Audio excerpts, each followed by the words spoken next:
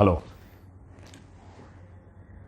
Today I'm going to speak to you about one interesting facet about myself that I discovered along the way. And this happened because of the kind of medicine that we practice. In today's times, we practice something called as evidence-based medicine. So every treatment that we usually offer the patient is backed by solid evidence. The evidence could be in the form of studies that have been done on patients. It could be cases that have been operated by other people and how the results have been. So based on all the experiences put together, recommendations are made, and then we try and go by it as much as possible. But trust me, though we are in a way in the most scientific era where we base all our decisions on scientific reasoning, the more we go in this, the more we start depending on God. And I'm going to talk about that one aspect by giving you one very simple example. Now, there are cases which have two different problems.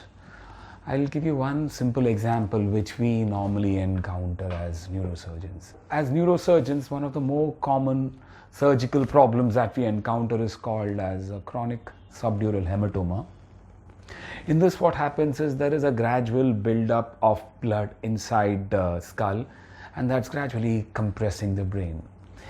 In these patients, there is usually a history of consumption of a medicine called as antiplatelets or anticoagulants. These are both medicines which are given to keep the blood thin or less coagulable. And the indication for these medications would be usually a cardiac issue. A patient with a cardiac stent in there requires an antiplatelet which would prevent a clot from forming and stopping that blood vessel again from functioning normally. So that is where the antiplatelets comes in. Similarly, a patient with a stroke would be on anticoagulants or antiplatelets. Now, you have a patient who's recently been stented, who has undergone a cardiac angioplasty and a stent in the last month or so, and he's been put on antiplatelets. He cannot be taken off the antiplatelets. Now, if this patient has developed a chronic subdural because of a fall or any other reason, then we are stuck in a catch-22 situation. The situation is such that from my point of view, that is neurosurgical point of view, I do not want the antiplatelets or any form of blood thinning medications on, because that would lead to increase in the size of the subdural hematoma, lead to an increase in my problems. Now, when we look at it from the cardiac surgeon's or cardiologist's point of view, he wouldn't want to stop the antiplatelets at any cost, because that would lead to a clot again forming in the blood vessel which has been recently stented, and that would lead to compounding of the cardiac issue.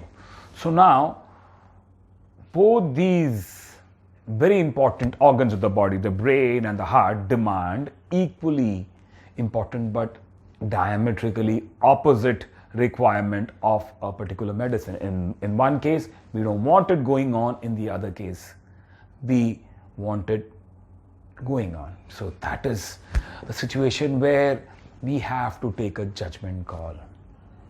Now, though, what we usually do is we try and take that medicine off, because at the point we are dealing with the patient, the brain becomes the most important problem, because now the problem is the brain. The cardiac problem has been dealt with, and we hope and pray that nothing happens in the meanwhile. So we stop the antiplatelets, reduce the dose of antiplatelets, go ahead and operate on the brain, wait for it to settle a bit, and then we again start the antiplatelets.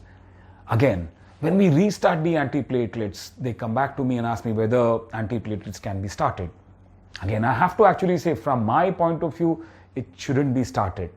But again, we are left in a situation where the cardiac issue is impending. So we have to give due importance to that also. So we try and find a balance.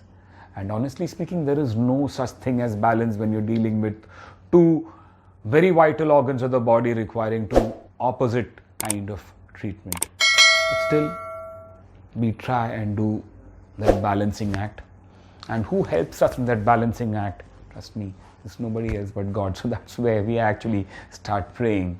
So the evidence-based medicine, yes, it does hold its place in medicine, but at the same time, the more we deal with these challenges, the more we realize that we really need the help of God in more than one occasion.